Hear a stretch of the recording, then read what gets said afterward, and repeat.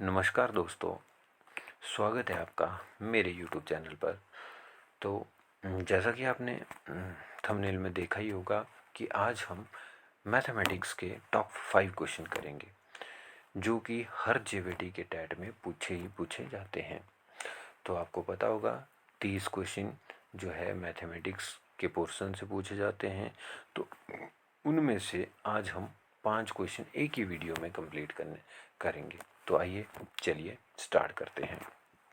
First question है, दो संपूरक कोणों का अनुपात 1:2 हो तो बड़े कोण का मान क्या होगा। तो इसमें ये क्वेश्चन दिया हुआ है आपको एंगल से रिलेटेड, कोणों से रिलेटेड है।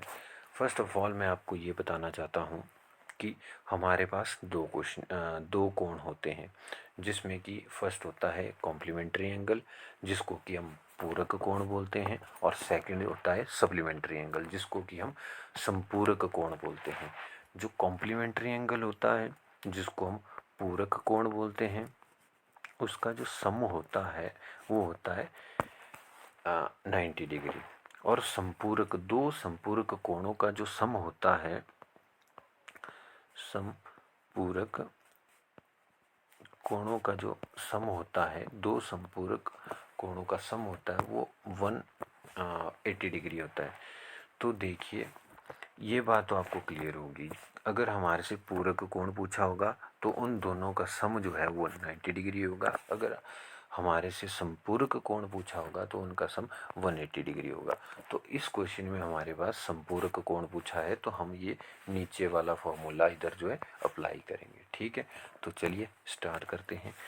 हमें पता है कि भी दो कोण होते हैं जिसमें इन्होंने बोला हुआ है उनका अनुपात दे दिया, 1:2 दे दिया है। तो हमें कोण का मान तो पता नहीं है, तो चलिए कोण को हम x मान लेते हैं। तो पहले कोण का अनुपात हो गया 1x, अनुपात जो है हमारे पास वो है, दूसरा कोण बोला हुआ है इन्होंने 2x। हमें पता तो है नहीं कि कितना है, तो हमने x मान लिया है कोण, तो 1x 2x। और हमें पता है कि दो संपूरक कोणों का योग जो है वो कितना होता है। अगर योग के बारे में बात की हमने तो इधर हम बीच में इनको प्लस कर देंगे, और हमें पता है इन दोनों का योग 180 डिग्री होता है, जो कि हमने अभी देखा है। ठीक है, तो अब हम इस इक्वेशन को सिंपली सॉल्व कर देंगे। 1x + 2x is equal to 180 degree. तो 1 + 2 3, 3x बराबर है 180 डिग्री। तो x की वैल्यू हम इधर से कैलकुलेट कर लेंगे।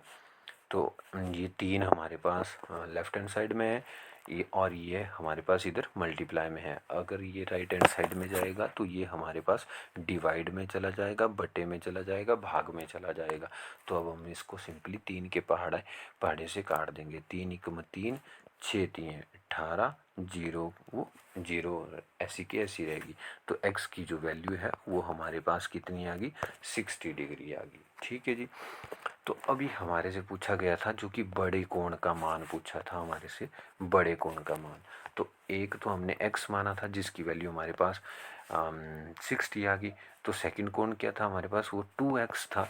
तो x की वैल्यू हमारे पास 60 है, तो 2 × 60 इज इक्वल टू 60 × 2 = 120। तो ये हमारे पास 120 आ गया। तो हमें जो सेकंड कोण है वो मिल गया है, उसका कितना मान आया, कितनी वैल्यू आई उसकी वैल्यू आई 120 डिग्री। तो ऑप्शन नंबर सी हमारा करेक्ट हो गया। आशा करता हूँ ये क्वेश्चन आपको समझ आ गया होगा।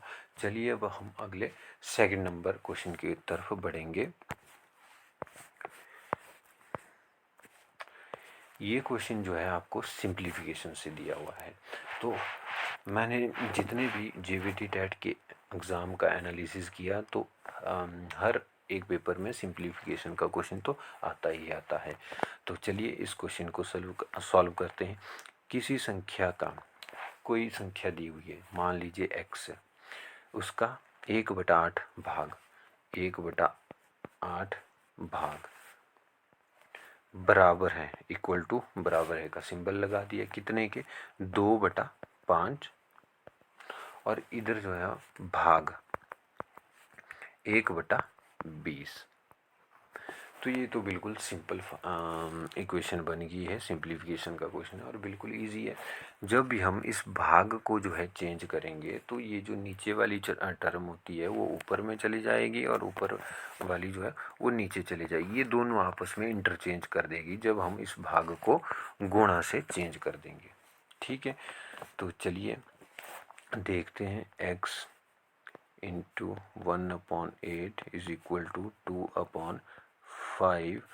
अब देखिए इस भाग को हमने गुणा से चेंज कर दिया, तो ये जो 20 है वो जो हर है वो अंश में चला जाएगा। ऊपर वाली टर्म अंश होती है और नीचे वाली टर्म हर होती है। तो जो हर होता है वो ऊपर चला जाता है और अंश होता है वो नीचे आ जाता है। 20 हमारे पास ऊपर चला गया और नीचे हमारे पास 1 आ गया। तो 5, इसको हम सिंपली काट देंगे।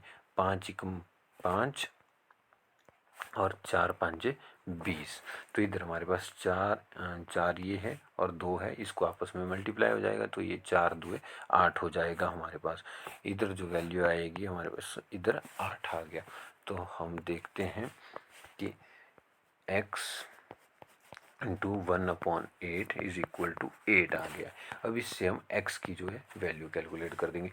ये जो x है हमारे पास ये नीचे भाग में दिया गया है, इस वाली साइड में ये भाग में दिया है। जब ये दूसरी साइड जाएगा तो भाग में होगा, तो वो जब बराबर है इक्वल टू से दूसरी साइड जाता है तो वो गुणा में हो जाता है, तो वो गुणा में हो जाता है।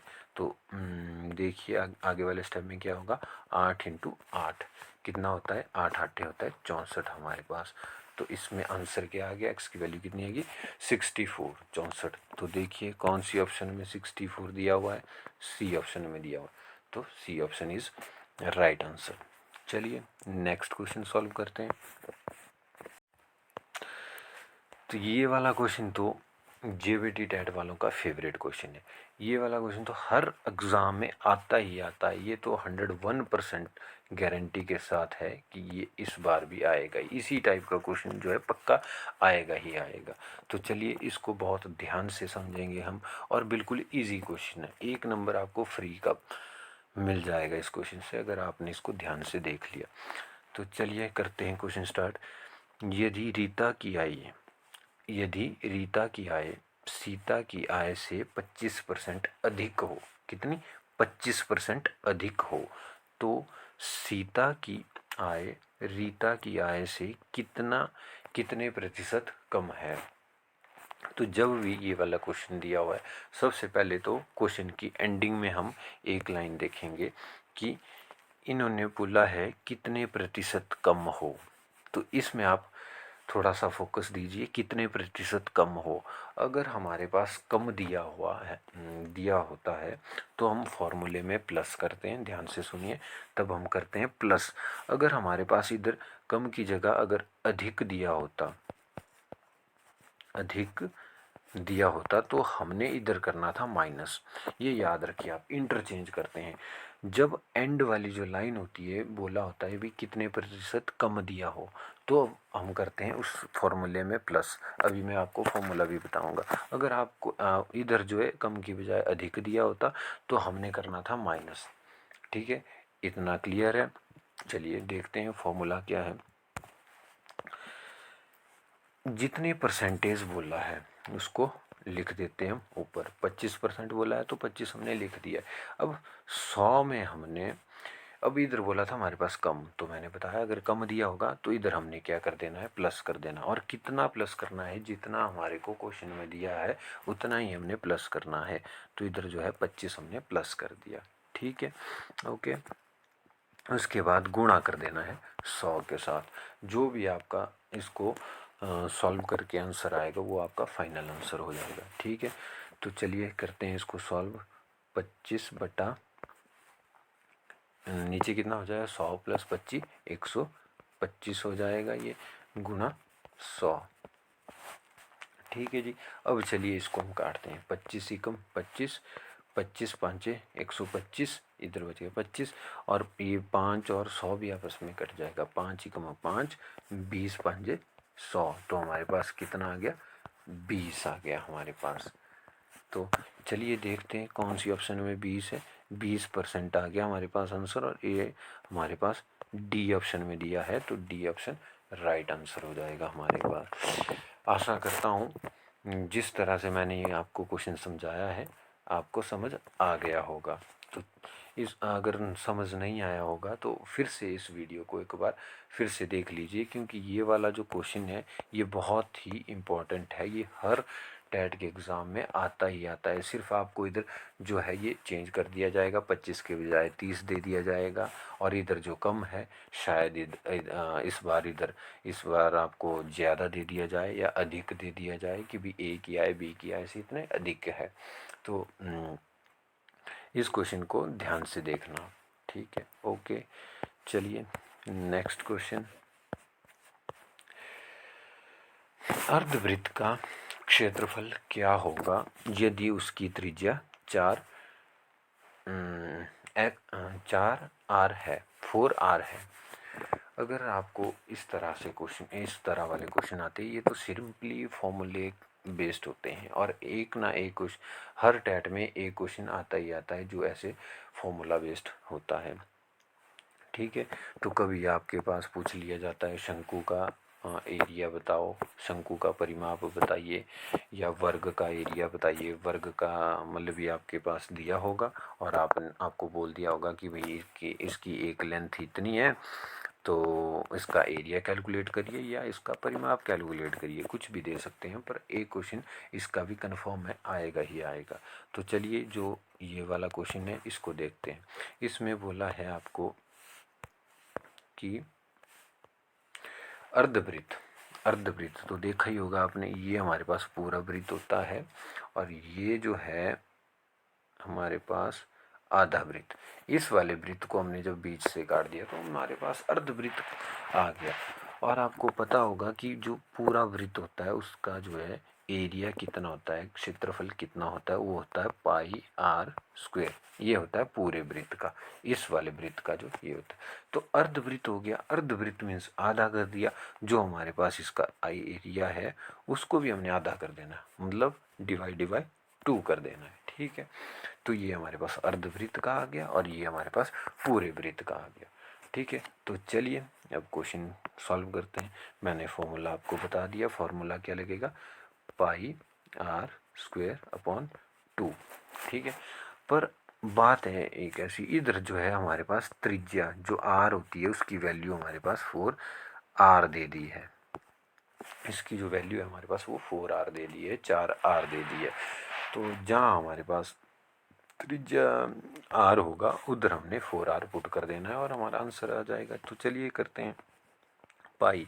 अब इधर r है तो r की जगह हमने लिखना है 4r, क्योंकि वो क्वेश्चन में गिवन है, 4r स्क्वायर अपॉन 2।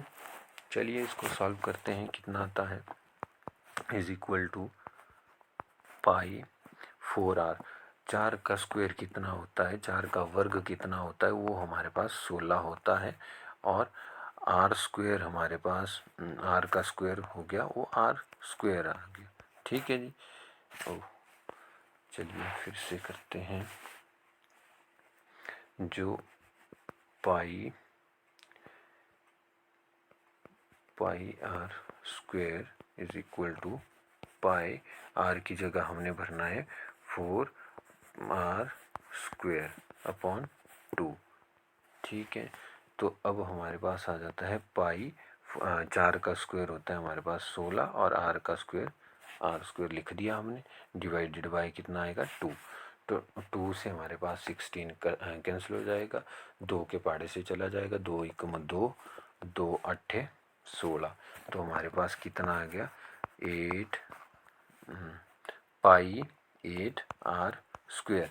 चलिए देखते हैं कौन सी ऑप्शन में ये हमारे पास है।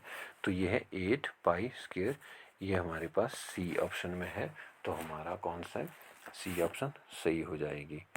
चलिए नेक्स्ट क्वेश्चन देखते हैं।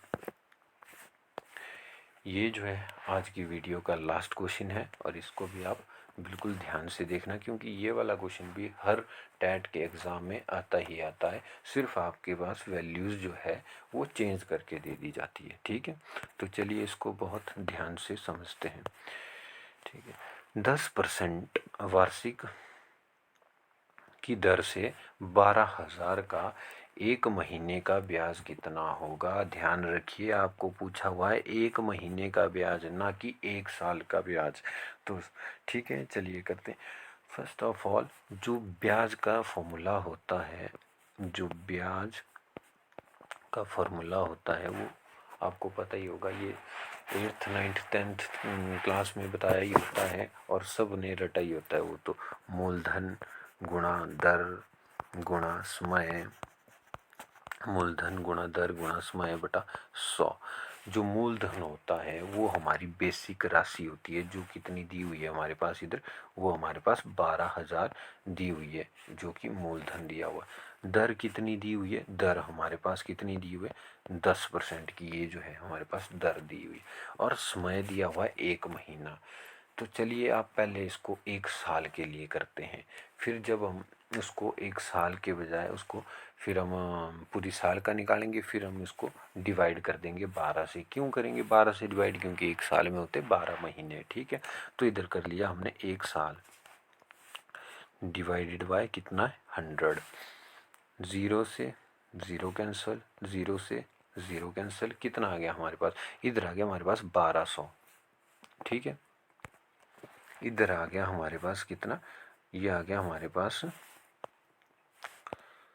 1200। पर ये जो आया ये आया 1 साल का हमारे पास, पर हमारे से पूछा था 1 महीने का। तो 1 साल में जो होते हैं वो होते हैं 12 महीने हमारे पास। 1 साल में होते हैं 12 महीने, तो 1 साल की जगह हम 12 महीने भी लिख सकते हैं। तो 12 महीने इक्वल टू 1200। ठीक है, तो 1 महीने की वैल्यू अगर हमने निकालनी हो, 1 महीने की वैल्यू निकालनी हो, तो ये जो 12 है वो नीचे आ जाएगा 1200 बटा 12। तो 12 एकम 12, 12 एकम 12 और 2 जीरो ऐसे की ऐसी लग गई। हमारे पास कितना आ गया 100। तो ये हमारे पास 100 आ गया, ये हमारा राइट आंसर है। चलो देखते हैं किस ऑप्शन में जो है ये है। तो option number A, option number A हमारा राइट आंसर हो जाएगा। तो ये आज हमने टॉप 5 क्वेश्चन किए, और जो कि हर जेबीटी टेट में आते ही आते हैं।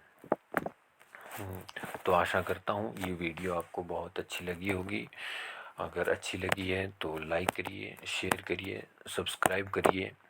Thank you for watching my video.